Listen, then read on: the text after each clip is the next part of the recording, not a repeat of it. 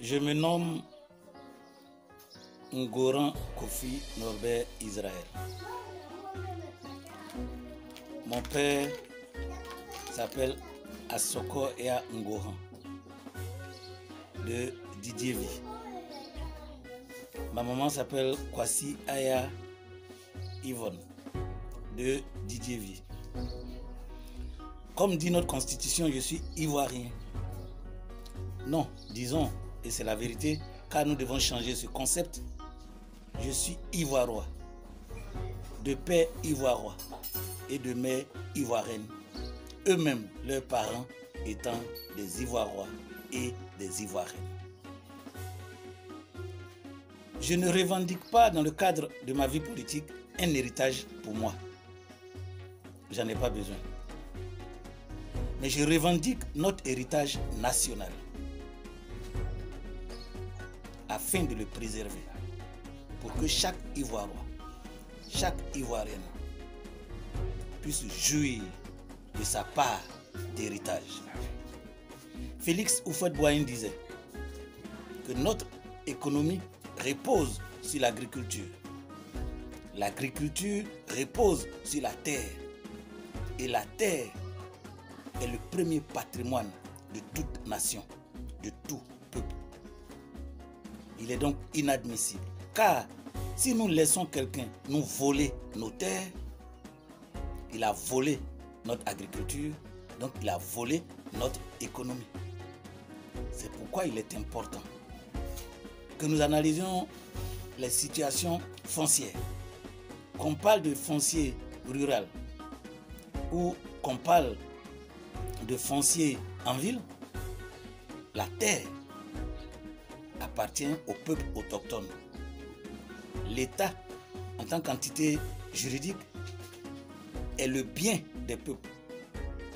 Parce que l'État fait partie du bien des peuples, comme la terre fait partie du bien des peuples.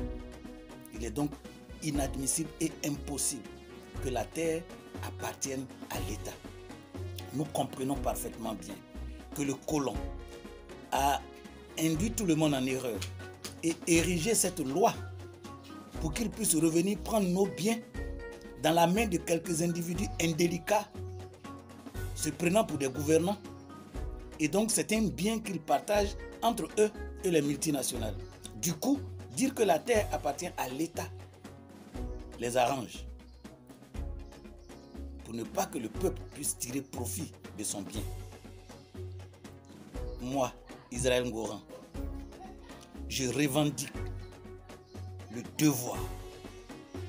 En même temps, je revendique le droit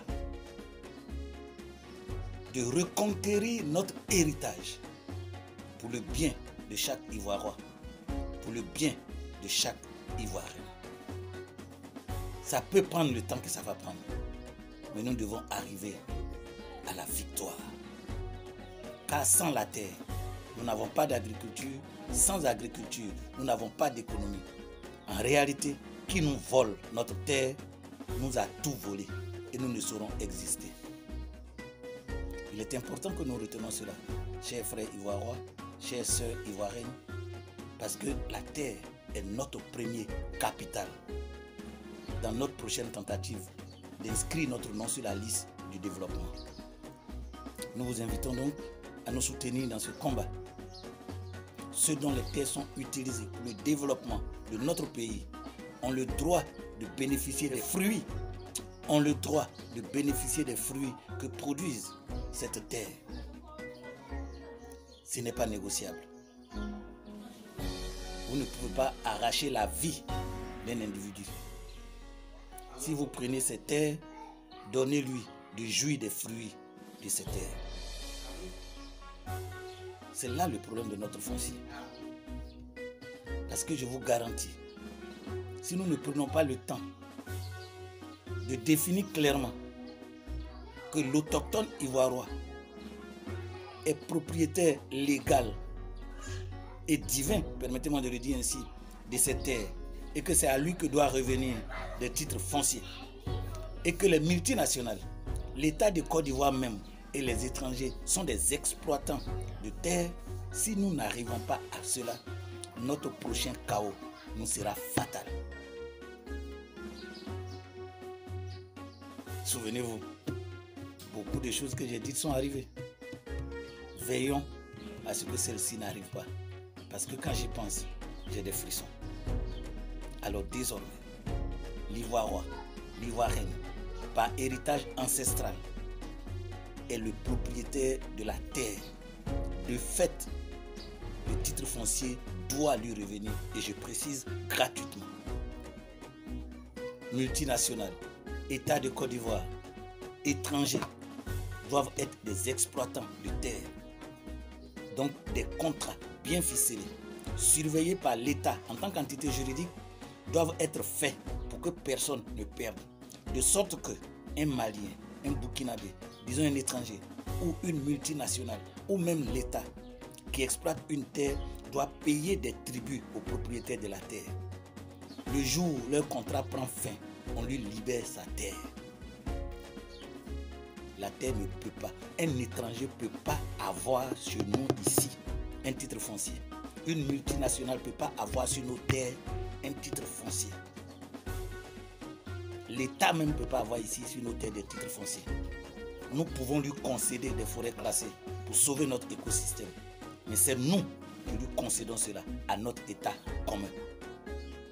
Comment voudrez-vous, comme disent les Baoulés, que je coupe une canne et que la canne vienne grandir pour me dépasser? L'État, qui est dans le même rôle comme un bureau d'association, ne peut pas être propriétaire des choses des membres. C'est pas possible. Mais vous comprenez l'inertie de notre peuple. Vous comprenez la paralysie cérébrale de notre peuple.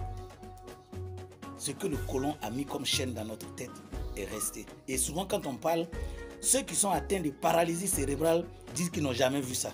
Ça là, ça ne se fait pas. On n'a pas besoin de savoir que ça existe ou que ça n'existe pas. On a besoin de réfléchir à ce qui est bon pour nous, à ce qui est bon pour notre peuple.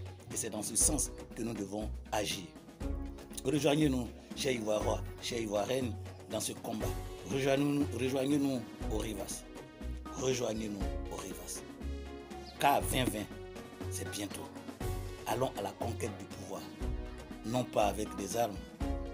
Nous sommes des êtres humains.